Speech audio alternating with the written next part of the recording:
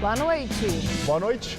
Em discurso na ONU, Dilma condena ações militares e destaca avanços de seu governo. Marina se reúne com líderes sindicais e promete não mexer em direitos trabalhistas. Aécio critica a decisão brasileira de não assinar acordo mundial contra o desmatamento. Escola Politécnica proíbe festas após morte de estudante na USP. Pela segunda vez em uma semana, carros são incendiados em pátio de delegacia da capital. Número de doadores de órgãos no Brasil cresce 90% em 6 anos.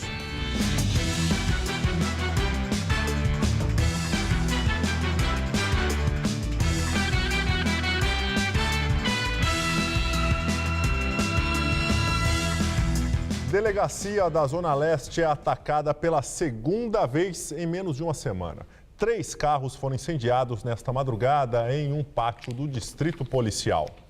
Foi por volta da 1 da madrugada desta quarta-feira que o policial que estava aqui de plantão viu 2 indivíduos pulando o muro aqui do pátio da delegacia. Eles haviam ateado fogo a estes 3 veículos que ficam aqui no pátio do Distrito Policial de número 54. De acordo com o boletim de ocorrência, um deles carregava um galão de aproximadamente 3 litros, provavelmente com combustível. Essa é a segunda vez que esse distrito policial passa por um ataque. No último domingo, por volta das 11 horas, um grupo de mais ou menos 70 pessoas já havia ateado fogo a estes 2 outros veículos e também uma viatura da polícia que estava aqui no local.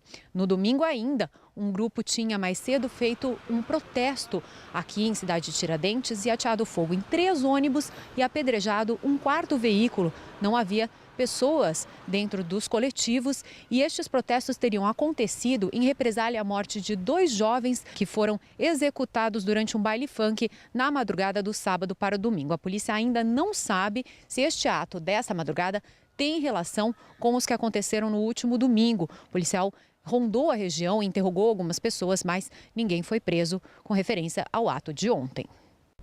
Escola Politécnica proíbe festas após morte de estudante na USP. O corpo de Vitor Hugo Santos foi encontrado na raia olímpica da universidade e enterrado hoje de manhã em Jandira, na Grande São Paulo. O jovem, que tinha 20 anos, desapareceu na madrugada do último sábado, após uma festa do Grêmio Politécnico no velódromo da USP, na zona oeste da capital. O corpo do estudante de design gráfico do SENAC foi encontrado ontem, na raia olímpica da USP. Os peritos querem saber se houve crime ou se a morte foi acidental. Ainda não foi possível emitir nenhuma conclusão a partir dos laudos do IML. Exames complementares foram solicitados pela polícia e devem ficar prontos em até 30 dias. A família de Vitor Hugo acredita que ele foi assassinado. O corpo do estudante tinha um leve hematoma no olho e escoriações nos lábios. Testemunhas e seguranças que trabalhavam na festa serão ouvidos nos próximos dias. Um projeto do CIEE, Centro de Integração Empresa-Escola, em parceria com a ONG AfroReggae, está capacitando detentos para quando eles ganharem a liberdade. A ideia é facilitar a recolocação dessas pessoas no mercado de trabalho. O caminho até o novo emprego não foi fácil. Entre os obstáculos, insegurança, autoestima abalada, discriminação. Jair ficou preso por 2 anos e meio por tráfico de drogas. Hoje trabalha como auxiliar de escritório em um cartório de São Paulo. É muito bom, pô. Você pegar o seu salário ali, você sair com sua namorada, comprar uma roupa nova, ou ir para um cinema, ou fazer um passeio, que nem final de semana passado fui para a praia com a minha namorada, com a irmã dela. De janeiro a junho deste ano, quase 50 mil pessoas deixaram o sistema prisional paulista. Detentos que conquistaram o direito à liberdade condicional ou terminaram de cumprir a pena.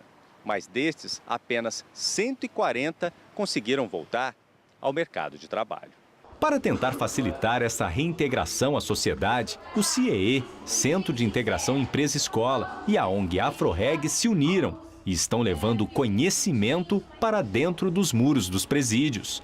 Possibilitar a aquisição de habilidades que o mercado de trabalho requer hoje, como criatividade, relacionamento interpessoal, trabalho em equipe, atitude empreendedora, como fazer um currículo, como se portar numa entrevista, numa dinâmica. O projeto piloto está sendo feito na penitenciária José Parada Neto, em Guarulhos, na Grande São Paulo. Serão 4 dias de curso. Primeiro serão atendidos 20 dos 448 presos do regime semiaberto. Clériston está preso por roubo. Acredita que esta é uma boa oportunidade de aprendizado. A gente fica meio desatualizado das coisas que está lá fora, o que está no mercado, o que não está no mercado. Eu mesmo sou montador de móveis, né? Trabalhar para uma determinada empresa, mas eu não sei agora como é que está, quais são os móveis, qual é o que está lançando no mercado, né? Emerson é um dos coordenadores do projeto e um exemplo para muitos que estão aqui. Ele é um ex-detento, foi condenado a 8 anos de prisão por tráfico de drogas e hoje ajuda outros presos. A oportunidade, ela é a esperança da mudança, entendeu? Então, falando isso, a pessoa também que é o egresso do sistema prisional, ele já pega essa mensagem para ele também, porque ele tendo a oportunidade, ele tem a esperança da mudança. Oséias foi condenado a quase 6 anos por roubo. Também quer estar preparado para o mercado de trabalho quando reconquistar a liberdade. Eu não conheci o trabalho deles, estou conhecendo, estou gostando. Já tenho uma esperança de quando eu sair daqui, aonde buscar auxílio, onde buscar força, sabendo que tem empresas, né, que tem parceria com a CIE, com a Afroreg, que buscam ajudar aquelas pessoas que querem ser ajudadas, né, que querem recomeçar. Operação contra a pirataria apreende milhares de mercadorias na região central de São Paulo. 400 mil itens piratas, incluindo CDs, DVDs, brinquedos e cigarros, foram apreendidos na região da 25 de março. Além dos objetos, 11 veículos que funcionavam como estoque também foram apreendidos. A operação aconteceu de manhã e mobilizou fiscais da Prefeitura, da Guarda Civil Metropolitana e da CET, além de equipes das polícias civil e militar. Não houve confronto. Os comerciantes devem apresentar as notas fiscais das mercadorias em um prazo máximo de 30 dias. Caso contrário, os produtos continuarão confiscados. A SAB, projeto Escolas de Bicicleta, que tem como objetivo incentivar alunos da rede municipal a usarem a bicicleta de casa para a escola, está parado há 2 anos. O investimento de mais de 4,5 milhões de reais, feito em 2012, praticamente não saiu do papel. No céu de Paraisópolis, na Zona Sul, cerca de 200 bikes estão guardadas em um galpão. Das 46 unidades dos céus de São Paulo, a de Paraisópolis, na Zona Sul, foi uma das poucas que receberam as bicicletas sustentáveis. Por aqui, pais reclamam que os filhos não participaram do projeto Escolas de Bicicleta. Prejudica o crescimento tanto da escola como do desenvolvimento das crianças. As crianças estão perdendo com isso, né? Em 2012, em parceria com a ONG Instituto Parada Vital, a gestão Kassab criou o programa para incentivar cerca de 4 mil alunos da rede pública entre 10 e 14 anos a utilizarem a bicicleta construída com bambu. 2 anos depois, os próprios alunos confirmam que a proposta não saiu do papel. Quando eu cheguei aqui, a gente tinha acabado, eu vejo lá as bicicletas, aí eu fico me perguntando porque não tinha continuado. A nossa equipe não teve acesso ao céu Paraisópolis para mostrar como estão as bicicletas, mas de acordo com os seguranças e também com as crianças daqui, as bicicletas de bambu estão naquele espaço colorido, ou seja, parte do investimento de 4,5 milhões de reais está completamente parada. A verba seria para a produção de 4.600 bicicletas, mas somente 1.700 foram entregues. Um projeto falido, um projeto paralisado, cheio de irregularidades. Se você fizer o relacionamento entre pagamento e bicicletas de bambu oferecidas, saíram quase a R$1.000 cada unidade. Uma bicicleta de titânio, acho que não custa isso. A mesma ONG administrava os bicicletários nas estações de metrô. O Instituto Parada Vital está sendo investigado pelo Ministério Público Estadual. Segundo o secretário, um novo projeto de implantação de bicicletas na rede pública de ensino deve ser iniciado no próximo ano. Nós temos procurado fazer com que essas bicicletas, na medida da segurança das pessoas, essas bicicletas de bambu, elas possam ser utilizadas por adultos, coisa que está acontecendo em muitos dos nossos céus. A produção do Jornal da Gazeta ligou no telefone que consta no site oficial do Instituto Parada Vital, mas não conseguiu localizar representantes da ONG. O Ministério Público afirma que a ONG é investigada por crime contra a administração pública. Chefes de governo e de Estado de 140 países participam dos debates da Assembleia Geral da ONU em Nova York. Um dos principais assuntos é o combate aos extremistas. O presidente Barack Obama disse que a única linguagem compreendida pelo Estado Islâmico é a força. Obama voltou a pedir para a comunidade internacional se unir contra o que chamou de câncer do extremismo violento. Disse que nada justifica a barbárie dos terroristas e que não pode haver negociação. Obama pediu ainda às comunidades muçulmanas que rejeitem a ideologia de organizações extremistas e defendeu ações militares e barreiras ao financiamento destes grupos. O presidente americano também criticou a Rússia por seu papel no conflito na Ucrânia e prometeu derrubar as sanções se Moscou escolher o caminho da paz. E um refém francês foi decapitado por um grupo extremista ligado ao Estado Islâmico. Em vídeo semelhante aos divulgados pelo Estado Islâmico, os extremistas do grupo argelino, Soldados do Califado, mostram o refém Hervé Gourdel sequestrado no norte da Argélia. Ele tinha 55 anos, era guia de turismo e foi capturado domingo passado durante uma caminhada nas montanhas. Os extremistas haviam dito que matariam Gourdel se a França não encerrasse em 24 horas seus ataques contra os combatentes do Estado Islâmico no Iraque. A morte dele foi confirmada pelo presidente François Hollande. A França foi o primeiro país a se unir à coalizão liderada pelos Estados Unidos contra os grupos extremistas. O Pentágono afirmou que ainda investiga se os ataques de hoje mataram o líder do Khorasan, um grupo ligado à Al-Qaeda. O presidente da Turquia, Tayyip Erdogan, declarou que seu país poderá dar apoio logístico ou militar à aliança internacional. A Turquia é vizinha da Síria e já recebeu cerca de 140 mil pessoas que fogem das atrocidades dos extremistas. E em discurso nas Nações Unidas, a presidente Dilma Rousseff falou sobre os conflitos mundiais, economia, ambientalismo, ebola e ressaltou as conquistas do Brasil nos últimos 12 anos. Dilma Rousseff fez o discurso de abertura dos debates da Assembleia Geral da ONU, como tradicionalmente fazem os presidentes brasileiros. A presidente começou falando das eleições no Brasil e aproveitou para exaltar as conquistas de seu governo. Continuamos a distribuir renda, estimulando o crescimento e o emprego, mantendo investimentos em infraestrutura. O Brasil saltou da 13ª posição para a 7ª maior economia do mundo e a renda per capita mais que triplicou. A desigualdade caiu. Dilma fez um novo pedido para ampliação do direito a voto dos países em desenvolvimento em instituições financeiras como o Fundo Monetário Internacional e o Banco Mundial. E em tom mais baixo do que o de ontem, quando afirmou lamentar profundamente o bombardeio americano contra o Estado Islâmico e acreditar que a melhor forma é o diálogo, hoje Dilma Rousseff citou os vários conflitos mundiais. O uso da força é incapaz de eliminar as causas profundas dos conflitos. Isso está claro na persistência da questão palestina, no massacre sistemático do povo sírio, na trágica desestruturação nacional do Iraque, na grave insegurança na Líbia, nos conflitos no Sahel e nos embates na Ucrânia. A cada intervenção militar, não caminhamos para a paz, mas sim assistimos ao acirramento desses conflitos. A presidente Dilma Rousseff negou que tenha feito discurso na ONU como candidata.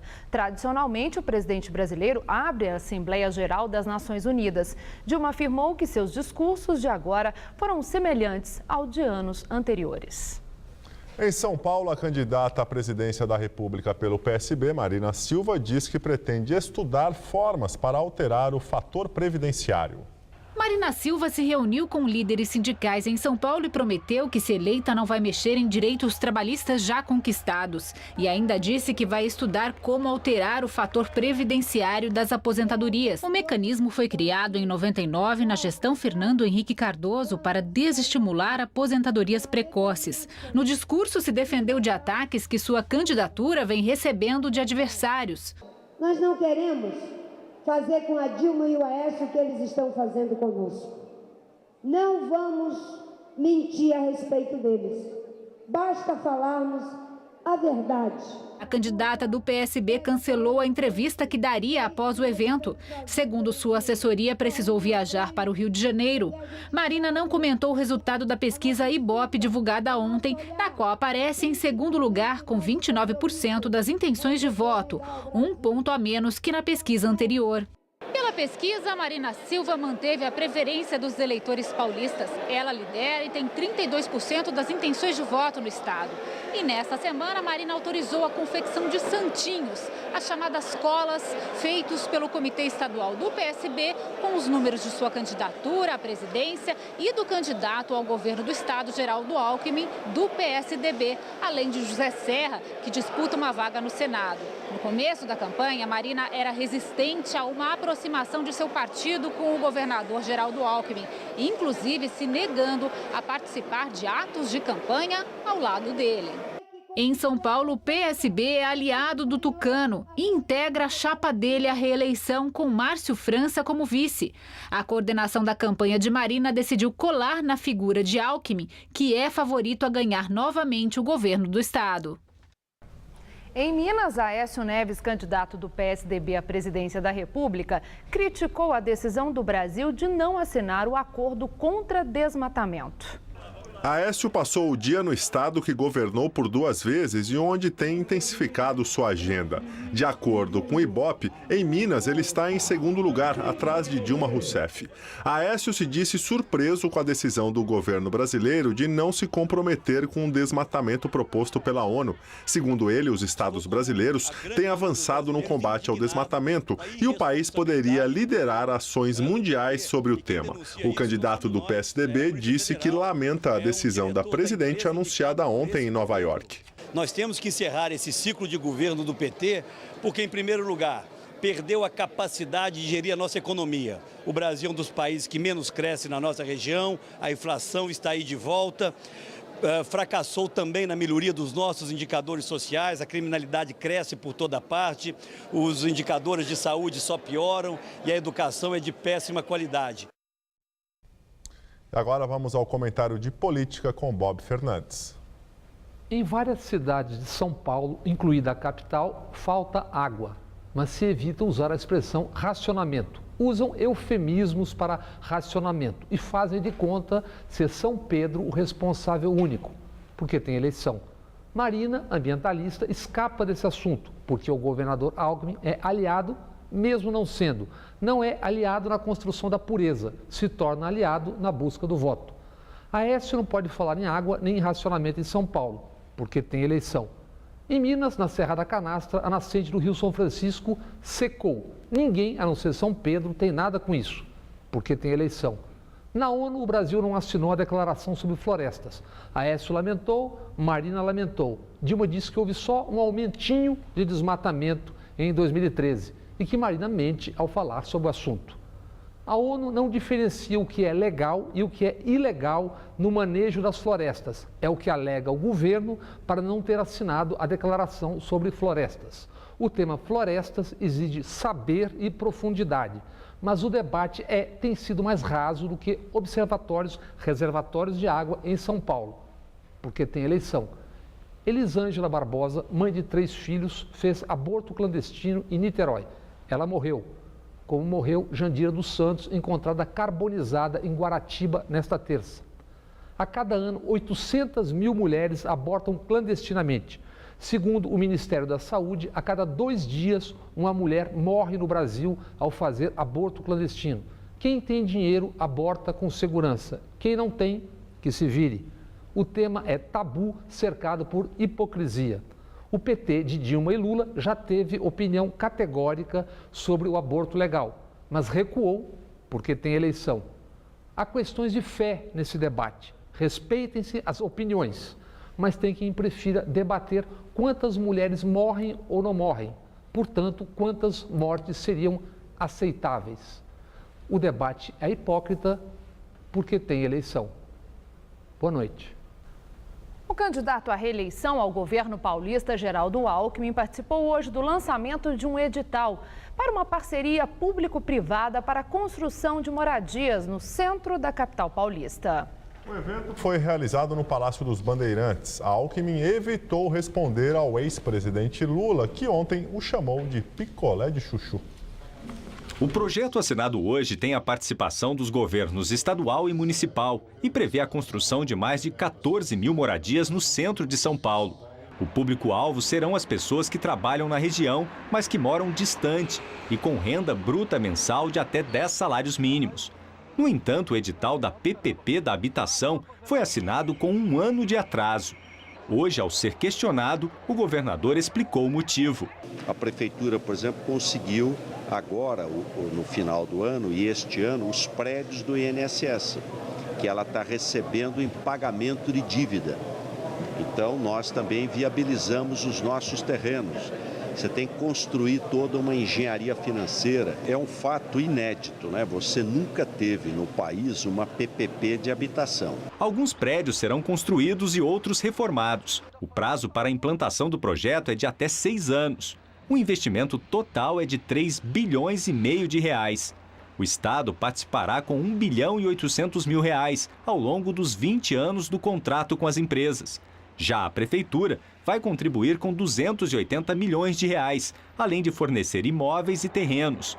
2.000 apartamentos serão reservados para movimentos de moradias. O restante seguirá uma lista de inscrições. Hoje, segundo a Prefeitura, o déficit habitacional na capital paulista é de 670 mil domicílios. O prefeito Fernando Haddad não compareceu ao evento e enviou para representá-lo o secretário de Habitação da capital, José Floriano Marques Neto. Ontem, num comício em Guarulhos, na Grande São Paulo, o ex-presidente Lula chamou Alckmin de picolé de chuchu e disse que o candidato do PSDB não se responsabiliza pelos problemas do Estado. Segundo a última pesquisa Ibope, o tucano aparece em primeiro lugar na disputa ao governo do Estado. Já o candidato Alexandre Padilha, do PT, permanece em terceiro. Hoje, Alckmin evitou rebater a crítica. Governador, ontem o presidente Lula disse que o senhor é insosso como um picolé de chuchu e que o senhor não assume as responsabilidades dos problemas do Estado. O senhor considera as críticas inadequadas? Eu não vou. O Lula não é candidato, né? Então deixa ele falar à vontade. O candidato do PT ao governo paulista, Alexandre Padilha, disse que o governador Geraldo Alckmin é covarde, mentiroso e se esconde atrás de atores. Padilha usou o horário eleitoral para rebater ataque da campanha tucana de anteontem, que definiu sua atuação no Ministério da Saúde como incompetente. Segundo Padilha, Alckmin diz mentiras e adota uma postura característica dos covardes, ao usar locutores para atacá-lo. É assim, candidato, que se faz denúncias. Baseado em fatos reais, conhecidos. Olho no olho. Não do jeito que o senhor tenta fazer.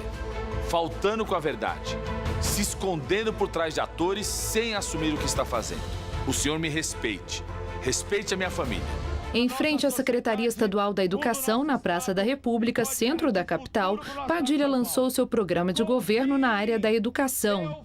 À tarde, o candidato fez campanha no ABC Paulista. Esteve em Rio Grande da Serra, Ribeirão Pires e participou de uma caminhada com o ex-presidente Lula em Mauá. Agora à noite, Padilha faz comício com Lula em Santo André. Paulo Scaff, candidato ao governo paulista pelo PMDB, critica a educação no estado e promete revolução no ensino. Scaff fez campanha no ABC Paulista, começando por Diadema. Visitou uma escola, criticou o terreno com entulho ao lado dela e comentou que a limpeza e a infraestrutura das escolas estaduais são péssimas. Scaff afirmou que São Paulo possui recursos, mas falta gestão, e prometeu uma revolução no sistema educacional do estado. Eu fiz no SESI e no Senai, farei no estado. Vou levar toda essa minha experiência e vamos fazer sim uma revolução na educação do estado de São Paulo, a partir de 2016, vamos escrever uma nova história na educação de São Paulo. Depois caminhou pelo centro de Diadema e cumprimentou eleitores. E visitou ainda São Bernardo do Campo, Santo André e São Caetano do Sul. Moradores do Jardim Europa reclamam dos transtornos causados por uma exposição no MIS, o Museu da Imagem e do Som. Segundo eles, as excursões provocam sujeira e barulho na vizinhança. As exposições têm sido concorridas e não dá para escapar da fila. Silvana, que veio com a filha e os sobrinhos, tenta pela terceira vez visitar o museu. Das outras duas ficou na fila, mas não conseguiu ingresso. Hoje nós estamos aqui uns 15 minutos já. Na outra vez a gente ficou por volta de meia hora e a moça já veio tirar o pessoal da fila falando que já tinha encerrado. A espera tem incomodado também quem mora por perto. Em algumas situações você tem filas que superam quarteirões e que duram 2, 3 horas. Não há banheiro químico, então essas pessoas acabam urinando na calçada, tipos de comerciantes clandestinos que realizam o comércio clandestino na região, causando sujeira na região. Outra queixa é o trânsito congestionado pelos ônibus que trazem as excursões. Os moradores também reclamam que os ônibus ficam estacionados na rua de trás e estariam atrapalhando a saída das garagens. Hoje havia só 3 que ocupavam vagas regulares. O Museu da Imagem e do Som, que é público, ligado à Secretaria Estadual de Cultura, há 3 anos promove também uma festa nos jardins, uma vez por mês no sábado. A música começa às 4 da tarde e vai até às 10 da noite, o que também estaria incomodando a vizinhança, que se organiza num abaixo-assinado para pedir providências às autoridades. Após as festas, muitos moradores reclamam de garrafas quebradas, sujeira jogada dentro das residências. É esse o ponto que o morador reclama. A direção do MIS classificou as queixas dos vizinhos como preconceituosas. Numa nota oficial, afirma que a cidade é de todos e que o bairro não é de posse exclusiva dos moradores. Se tem uma exposição, o pessoal tem direito de vir. É válida pelos moradores, mas também tem o outro lado, O lado das crianças também, que tem que ser visto por todos também, Então tem que ter um consenso, O MIS diz que reclamações pontuais foram resolvidas, como o lixo do restaurante que ia para caçamba fora do horário e o problema com os caminhões dos fornecedores. Agora, a placa avisa que o museu não recebe entregas de quem estacionar na frente da casa dos vizinhos. Sobre os ônibus em frente ao museu, o MIS informa que já foram colocados cones para organizar o desembarque. Um abaixo-assinado dos moradores contra a exposição Castelo Rá-Tim-Bum gerou uma onda de reações contrárias na internet. 2 coletas de assinaturas online foram criadas em defesa do museu, uma delas com mais de 3.000 nomes. E agora vamos às notícias do esporte com Gabriel Cruz e Celso Cardoso. A bola rola hoje pelo Campeonato Brasileiro e tem jogo daqui a pouquinho às 7h30, não é isso, Celso? Isso mesmo, Gabriel. O Curitiba recebe o líder Cruzeiro no Couto Pereira, na capital paranaense, e o Internacional enfrenta o Criciúma no Beira-Rio. Veja os outros jogos da 24ª rodada do Brasileirão. O Bahia recebe o Sport logo mais às 9h na Arena Fonte Nova. O Atlético Paranaense enfrenta a Chapecoense também às 9h. O Fluminense joga com o Grêmio no Maracanã em um confronto direto pelas primeiras posições.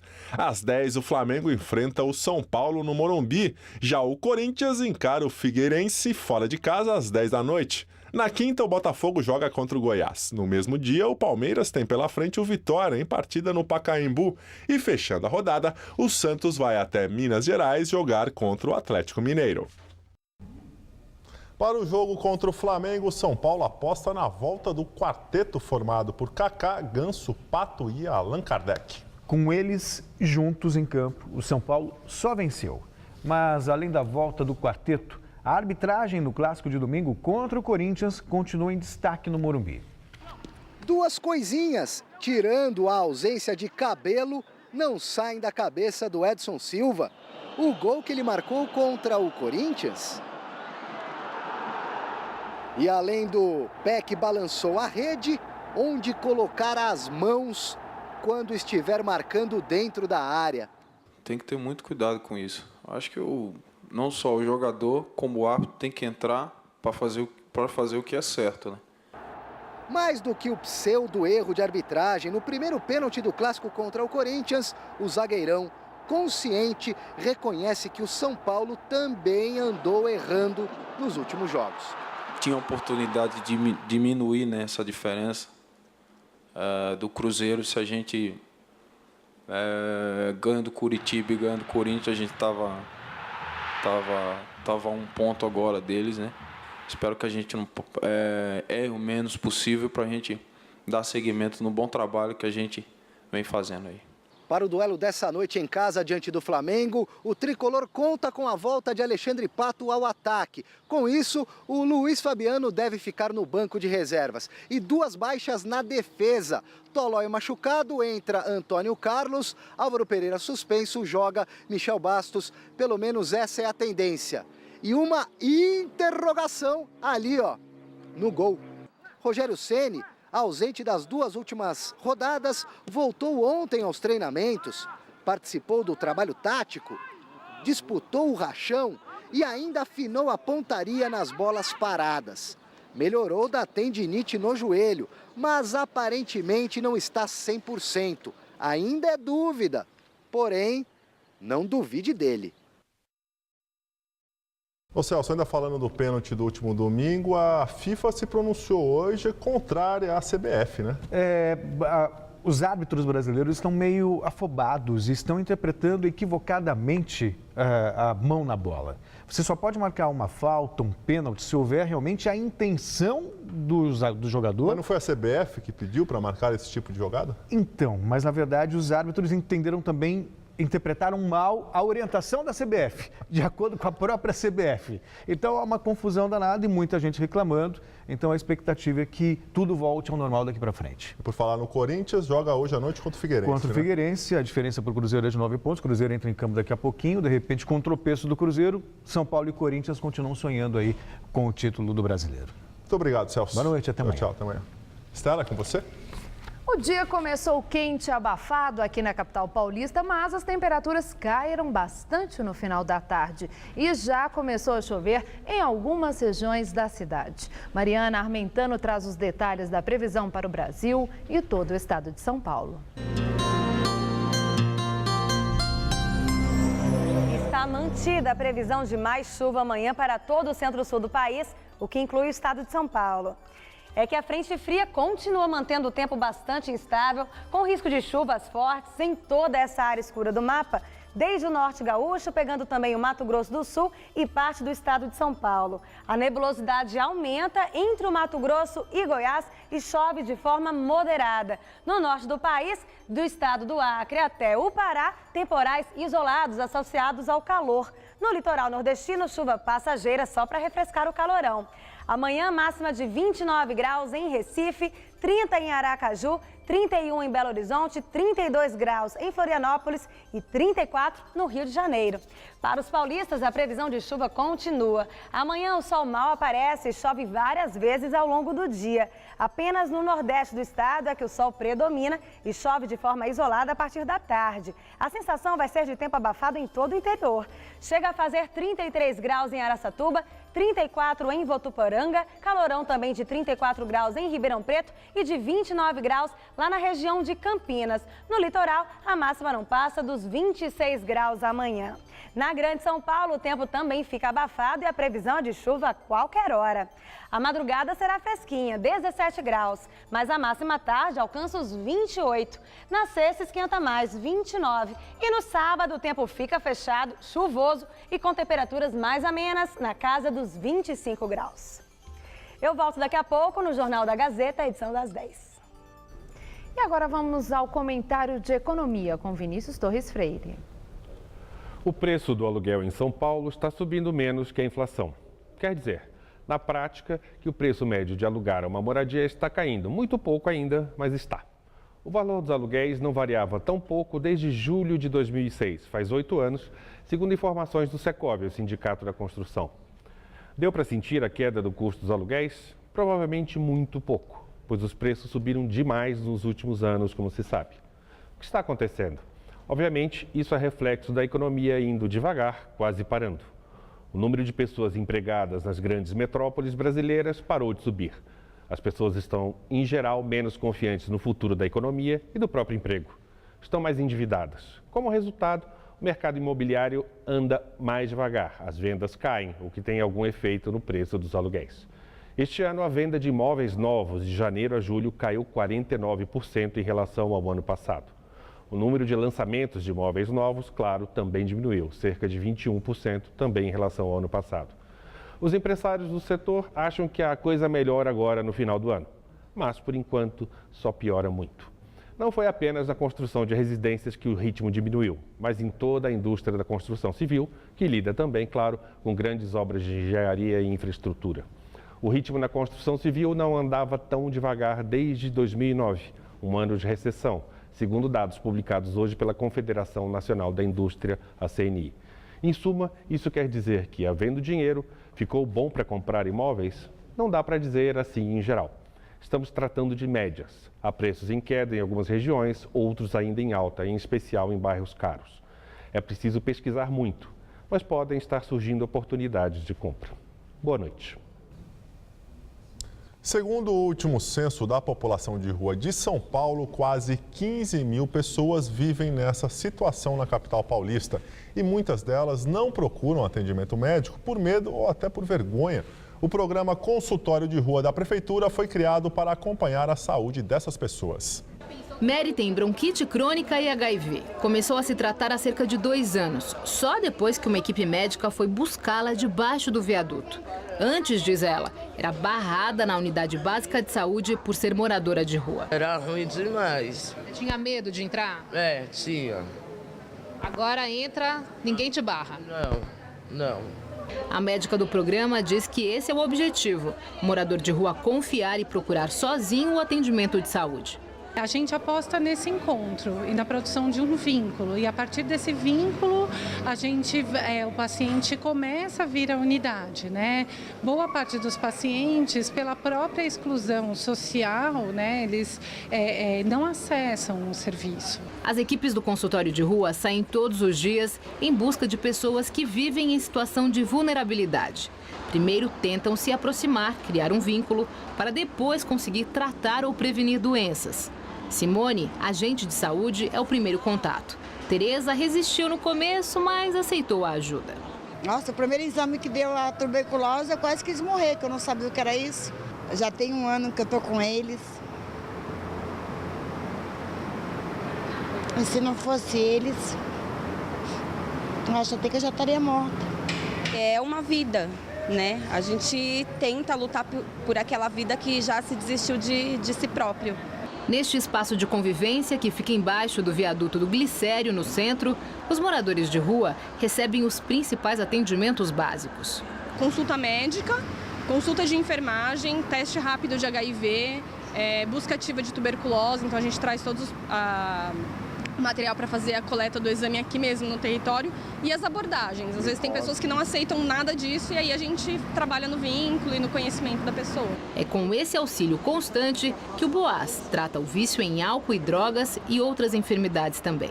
Eles são anjos. Minha saúde estava muito debilitada. Eu peguei nesse viaduto, eu peguei uma bactéria que ela é causada pelos pombos, né? Estou me recuperando. Graças a Deus, e abaixo eles, com certeza.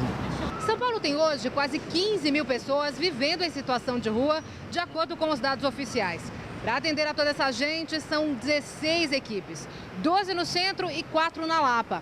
Apesar da prefeitura ter superado a meta do número de consultórios de rua, ainda há espaços na cidade que não contam com o projeto. É o caso aqui de Santana, na zona norte da capital paulista.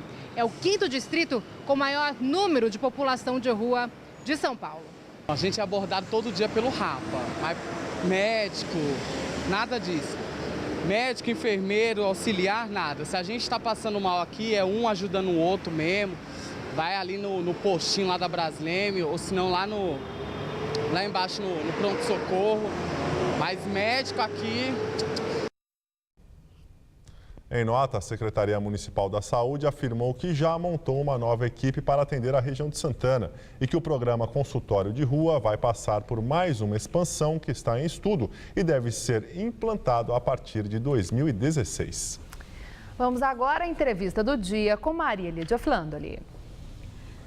Resultado da última pesquisa Ibope, que mostrou ampliação da vantagem de Dilma sobre Marina e também Aécio Neves, que ficou no patamar em que estava, amplia o suspense sobre as perspectivas de vitória.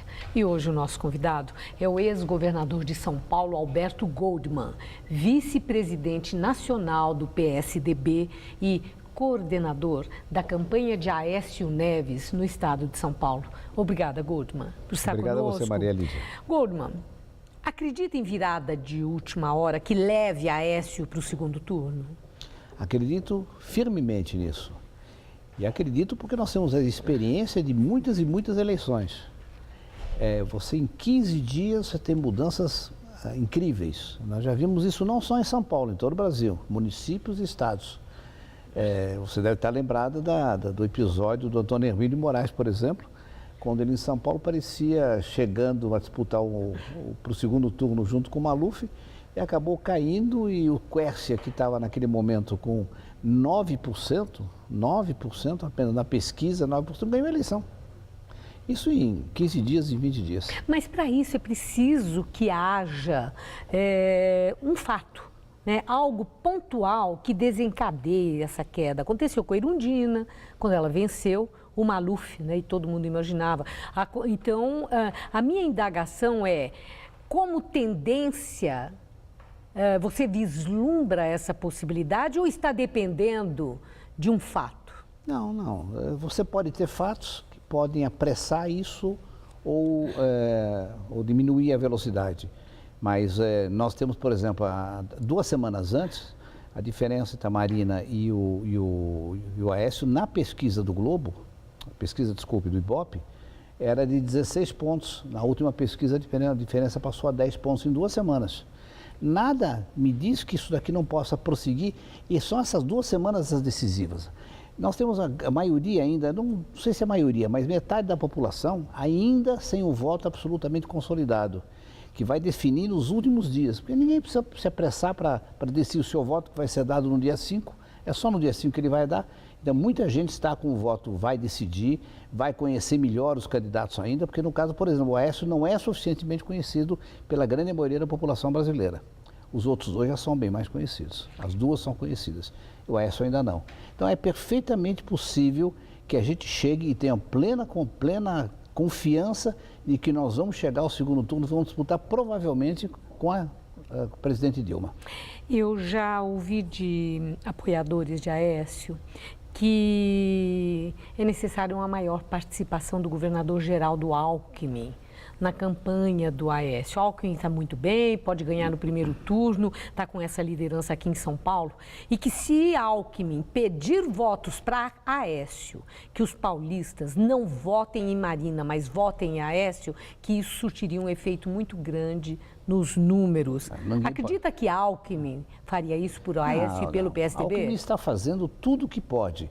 Está indo à televisão, está participando dos programas, está participando das viagens, de todas as agendas que nós temos feito. Temos feito agenda comum, vamos estar agora na sexta-feira, vamos estar em Guarulhos juntos, vamos estar no Grande São Paulo, em Osasco, em Carapicuíba no sábado, vamos estar semana que vem em várias cidades do interior, temos estado juntos. Agora, o que não dá para pedir, evidentemente, para o governador geral fazer, não votem nesse, não, mas ele está pedindo voto para Aécio Neves, absolutamente claro, sem nenhuma dúvida quanto a isso.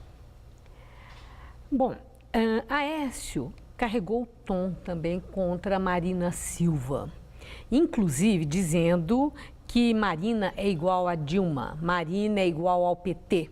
Isso pode ser um tiro no pé, Goldman, se acontecer tudo que você acredita que possa acontecer e Aécio for para o segundo turno, com que cara vocês vão pedir votos para os eleitores de Marina, se ele agora no primeiro turno está falando que ela é igual ao PT? Ele não disse que ela é igual ao PT. Diz que ela é da mesma origem que a Dilma é. Não é. Mas a inferência é essa. Não, ela era do PT, ficou 20 anos, mais de 20 anos do PT. A diferença é o seguinte, nós nunca vamos comparar a Marina a Dilma. Até porque a campanha que a Dilma está fazendo contra a Marina é algo que eu nunca vi em meus 40 e tantos anos de vida política. É de uma baixaria e de uma agressão, uma covardia até, absoluta, porque a Dilma tem 12 minutos no tempo de televisão, de programa eleitoral, a Marina tem 2, nós temos 4 e ela tem 2. Então esse tipo de agressão que a Dilma está fazendo cair. Em São Paulo ela está perdendo, ela decresceu a sua intenção de voto em São Paulo pelo Ibope, que nós temos os dados. Mas na pesquisa nacional ela está com a vantagem, pesquisa nacional, né? E no segundo turno, né, essa vantagem aparece naquele empate, né, das duas. Mas a questão aí que eu quero falar é sobre essa estratégia de campanha, a tal campanha do medo, que do ponto de vista prático nós já vimos que em outras ocasiões não funcionou. E agora parece que está funcionando. Marina já teve uma queda leve, mas vem tendo progressiva. Tem gente que fala até em tendência de queda de Marina. É verdade. É a estratégia do medo que está funcionando? Não. É verdade que há uma tendência de queda de pontos da Marina, porque depois daquele momento da substituição em que ela passou a ser candidata, ela teve um momento excepcional no que ela chegou a 40% da intenção de votos do país. Hoje está com 30%. Então ela realmente teve uma queda na sua intenção de voto bastante expressiva. Mas ela teve pelos ataques? Isso se dá, não. Isso se dá porque as pessoas começam a perceber, se perguntar, mas quem é exatamente a Marina? Quem é a equipe dela? Ela tem condições de dirigir o país? Ela vai ter condições de disputar o segundo turno? E se ganhar o segundo turno, vai ter condições de dirigir o país? As pessoas estão em dúvida, as pessoas estão inseguras quanto a isso. E muita gente está deixando de votar nela, está indo para indeciso, branco nulo, um pouco para Dilma e um pouco para o Aécio, porque está achando que ela não tem essa consistência que é necessária do candidato. Esse é o único ataque que nós temos feito, não é um ataque, é uma constatação. Agora, o que a Dilma tem feito em relação a ela é algo extremamente perverso. Dizer que as propostas dela vão fazer com que não haja mais comida na mesa dos trabalhadores, na mesa do povo pobre, é de uma agressão e de uma inverdade, algo cujo nome a gente não pode nem dizer aqui na televisão, né? Mas, Goldman, está acontecendo uma coisa com a candidatura Aécio Neves que não deixa de ser intrigante. Ele foi muito bem sucedido em Minas Gerais. Ele foi um governador que se reelegeu num patamar muito elevado, fez o sucessor dele e agora ele não está bem em Minas Gerais. O que acontece? Há pouco você fazia uma referência dele não ser ainda tão conhecido em todo o Brasil e que está sendo conhecido, mas lá em Minas ele é arqui-conhecido. Porque os mineiros não estão preferindo Aécio e estão preferindo o candidato do PT lá e Dilma? Ah, bom, isso é outra história. Então, uma coisa é ele, outra coisa é o candidato. O candidato pode não ter sido o candidato melhor escolhido. O cidadão, quando vai votar, não quer saber se tem apoio desse ou apoio daquele. Ele olha o cidadão, olha a pessoa, olha o candidato. Por isso que ele vota de uma forma totalmente, aparentemente desconexa, não partidária. Ele junta esse de um partido com esse de outro partido, inclusive isso vale para o deputado estadual e deputado federal. Sempre foi assim, não é nenhuma novidade, não é essa a eleição, sempre foi assim no Brasil. A não ser em 82, quando você tinha o voto vinculado. Desde o tempo que você não tem voto vinculado, sempre foi assim. Então o candidato talvez não tenha sido o melhor. Agora o Aécio está crescendo em Minas e eu acredito que o Aécio vai vencer em Minas. Não tenho certeza em relação, evidentemente, ao candidato a governador. Não conheço o processo como se dá lá. Mas eu acredito sim na vitória do Aécio. Já está na frente da Marina, ainda está atrás da Dilma. Concorda com o Fernando Henrique que precisa um pouco mais de dramatização na campanha do Aécio, que ele deve subir o tom mais por esse lado, para que a população sinta o que está acontecendo? Como disse Fernando Henrique num almoço para sabe muito bem o que está acontecendo. Tanto é precisa dramatizar? Que não tem ninguém com tanta rejeição como candidato que tem a Dilma. O que o governo da Dilma, que o governo do PT fez nesses anos no Brasil, a população toda conhece. Não precisa fazer mais do que isso. Muito obrigada, Alberto Goldman. Obrigado a você. Uma boa noite. Gabriel. A seguir, doação de órgãos no país cresce 90% em 6 anos. Os casos de pedofilia na Igreja Católica. Papa Francisco determina que ex-arcebispo polonês acusado de abuso contra menores continue preso no Vaticano. O governo federal informou que o número de doadores de órgãos cresceu 90% em 6 anos. A divulgação dos números faz parte da semana que abre as comemorações do Dia Nacional de Doação de Órgãos. De acordo com o Ministério da Saúde, foram feitos no Brasil, no ano passado, mais de 2.500 transplantes. Em 2008, foram 1.350. Ainda segundo o governo, entre 2008 e 2013, o número de pessoas na lista de espera teve redução de 42%, passando de 64 mil para quase 38 mil. O governo atribui esses bons resultados a parcerias com empresas aéreas e também a conscientização das famílias, que ajudaram na redução da espera por um órgão. Ministério Público e doleiro Alberto Youssef assinam um acordo de delação premiada. Youssef foi preso em março durante a Operação Lava Jato da Polícia Federal, acusado de chefiar um esquema de lavagem de dinheiro e evasão de divisas que teria movimentado cerca de 10 bilhões de reais. Segundo o site de notícias G1, Youssef passou o dia na sede do Ministério Público Federal em Curitiba, onde firmou o acordo e já prestou o primeiro depoimento. Com o acordo, Youssef pode ter uma redução na pena. Em votação apertada no final da noite de ontem, por 4-3, o TSE, Tribunal Superior Eleitoral, considerou o deputado Paulo Maluf, do PP de São Paulo, um ficha suja e negou seu registro de candidatura à reeleição.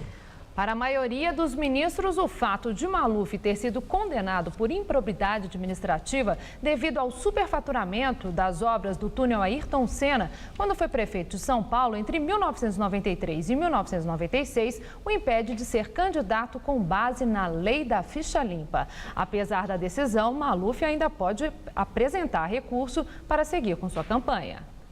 Ex-arcebispo polonês acusado de pedofilia está em prisão domiciliar no Vaticano. A ordem de prisão partiu do Papa Francisco. O ex-arcebispo Józef Wesolowski, de 66 anos, é acusado de ter tido sexo com menores a troco de dinheiro quando era núncio apostólico na República Dominicana. Ele estava afastado das funções desde o ano passado e perdeu a imunidade diplomática em agosto. A Promotoria de Justiça do Vaticano notificou o ex-arcebispo sobre as acusações e determinou sua prisão domiciliar na Santa Sé. Ele pode pegar até 12 anos de prisão e cumprir pena em uma cadeia da Itália. O Jornal da Gazeta termina aqui. A edição de hoje pode ser vista daqui a pouco no site tvgazeta.com.br/Jornal da Gazeta. Mais notícias no Jornal da Gazeta, edição das 10, que em função do horário político começa às 10h50. Uma excelente noite para você. E nós voltaremos amanhã às 19 horas. Uma ótima noite e até amanhã.